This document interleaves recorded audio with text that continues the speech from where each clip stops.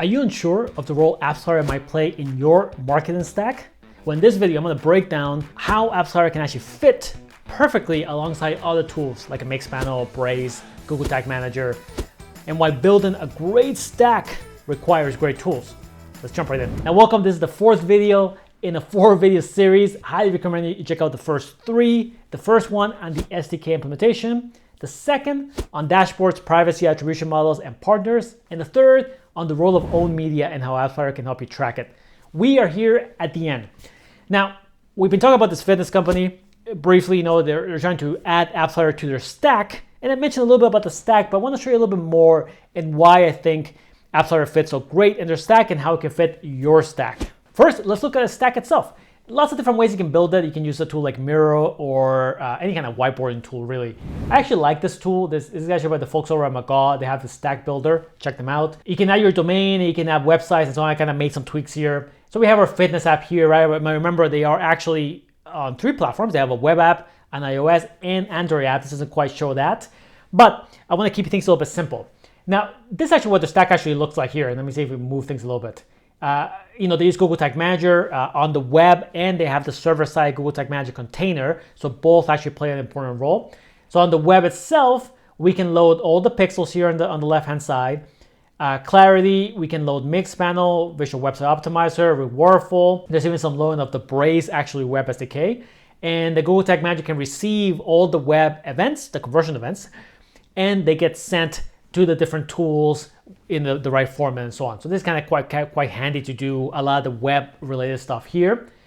Now on the iOS and Android, it's a little bit different. The data actually goes directly to the platform. So Mixpanel will receive data directly from both the iOS and Android apps. So will Braze. This, of course, are not relevant for iOS, not yet anyway. And the server-side container also sends data to Mixpanel, Braze, and actually also sends pixels. For example, the Facebook Conversions API receives data from the Google Tag Manager server side. And the server-side container receives data from the backend, right? Again, a little bit simple here to not get confused. Now, AppsFlyer will be implemented, right? And it will receive data directly from the app, in this case from both the iOS and Android apps directly. It will also receive data from the Google Tag Manager server-side container. If you remember in the first video, we saw the server-to-server events. So we are going to send some data directly from AppsFlyer from a server-side container. And then AppsFlyer is actually going to be able to send data out to both Braze and Mixpanel. So both of them will receive data from AppsFlyer. At the very minimum, it will receive the install event that we then can use in Mixpanel to build reports, like funnel reports and so on. And in Braze, we're going to use them for campaigns. Basically, a user installs an app, or perhaps we will have a bunch of campaigns where we're trying to get users to install apps, and we can use the install app. So we can see that AppsFlyer both receives and sends data. Now, in this simplified stack model, you can see that AppsFlyer kind of plays a role that no other tool kind of plays, right? Mixpanel is great for building reports around the product, funnels, retention, all kind of stuff. Of course, marketing pixels do their own job. Braze does like the email marketing functionality, right? A key owned media channel. Then we have the apps themselves. It might be here something for like the blog, like the website, right? Which I believe runs on Webflow. But AppsFlyer kind of stands on its own, right? It's the only tool that can do the mobile attribution piece. Now, the web attribution can be done by multiple things. AppsFlyer can play a role in that. And we, of course, have UTMs in different places so we can report. So we have a couple options. But when it comes to the mobile attribution data, everything from Apple search ads, any kind of mobile campaigns around iOS and Android, AppsFlyer is the tool for that, right? This is why we added to a marketing stack. There's nothing else that can do it. You need it for it. And then once it kind of does the data collection and data analysis, then we can send the data out so we can use it in Braze and Mixpanel in this particular example. And actually, we might even send it to some of the pixels themselves if we so need it for the mobile conversions. So this tool becomes sort of a key sort of like central element that's playing along with all the other tools when it comes to this mobile attribution data. Now let's take a quick look at the tools that receive data. Now we saw the partner integration settings back in an earlier video, so I'm not gonna look into that. Instead, we can look a little bit at the data that can be sent to different partners. So here's Mixpanel, right? We know we're gonna do this. So there are some settings here, for example, to get Mixpanel and AppsFlyer working, there has to be some ID that is shared. Typically that means that the Mixpanel distinct ID gets passed into AppsFlyer and that gets used, or perhaps you have the customer ID that works across both. Either way, there has to be a way to connect them. There has to be some kind of unique identifier that is available on both Some tools might use email or some other user ID. It depends. So double check that. Once you have the data Mixpanel, kind of looks like this, right? We have some installed data, and that event contains a bunch of event properties, including the media source that they're going to show us if an install kind of belongs to Google or LinkedIn or TikTok. For all the media sources that you can control, especially those own media sources, they come in, you're able to break out charts in Mixpanel with the data.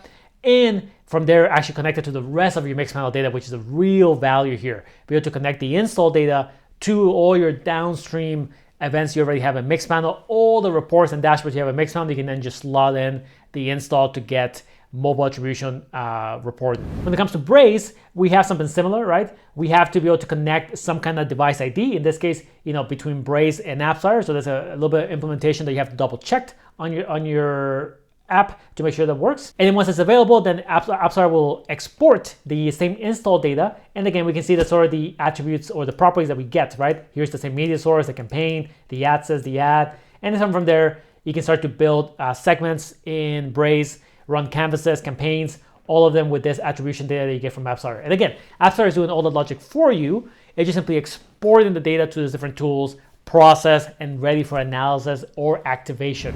Whether you're an app marketer or a product manager in the mobile world, one thing's clear: growth isn't guesswork. To scale, you need reliable data. That's where AppsFlyer comes in. It gives you a single source of truth to measure, analyze, and optimize every marketing touch point, so you know what's driving results and what's not. That's why the world's top brands trust it. No more guessworks, just smarter decisions. Book a demo now by scanning the QR code on screen or click the link in the description. That being said, let's continue on with the rest of the video. I also want to make a quick note of tools that can send data to AppsFlyer. Now, you do have to do the SDK implementation, but commonly I've also implemented AppsFlyer as part of something else. For example, this is segment.com. This is a customer data platform like an M particle, like a RudderStack. And of course, they have a destination for AppsFlyer. So you're able to connect AppsFlyer through the segment.com integration. You can see here there are specific segment sort of related implementation settings. It doesn't remove the need to do everything we did in the first video, but you align it with segment, and that can make it a little bit easier because then everything kind of working within your segment world, right?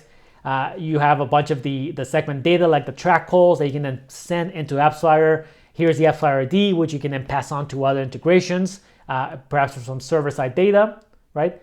So there's a bunch of sort of implementation here that you can do with segments. So in this case, segment allows you to send data to AppsFlyer.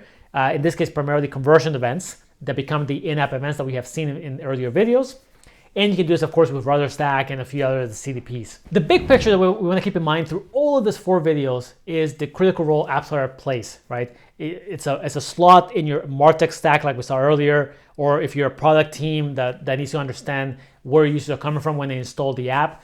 It's a spot that really only AppsFlyer can fill, right? You need a tool that can do all this processing. We saw how complex attribution models can be in the second video. Check that out if you haven't. And once you have a tool that can do this, it processes all the data for you, and then connecting it to other tools like a Mixpanel or Braze in this example is actually pretty straightforward, but very valuable. You get all this data that you can use in so many different ways. And that is the role that AppsFlyer plays to help you understand not just the paid media like the ad platforms, but your own media and anything else you have going on. And mobile apps today are so critical. This fitness case study, for example, right? I mean, they use mobile apps. It's the primary way users interact with their company, and they may have not been running the ad platform so far, but they have a bunch of old media like a Braze, like blog posts, and now AppsFlyer is going to be able to help them understand all the different use cases and how they're actually performing and the conversion numbers for all of those channels.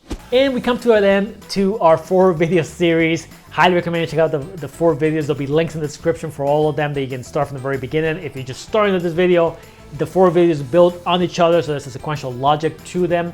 If you're looking for another video to watch, I have a longer video where I dive deeper into the technical details of AppsFlyer. I'll put a link here. You can check that out. Another fantastic way if you want to keep diving into the world of AppsFlyer. I have a playlist of a bunch of AppsFlyer videos that you can keep looking at to keep becoming comfortable with this tool. My name is Ruben Ugarte, and I'll see you in the next video.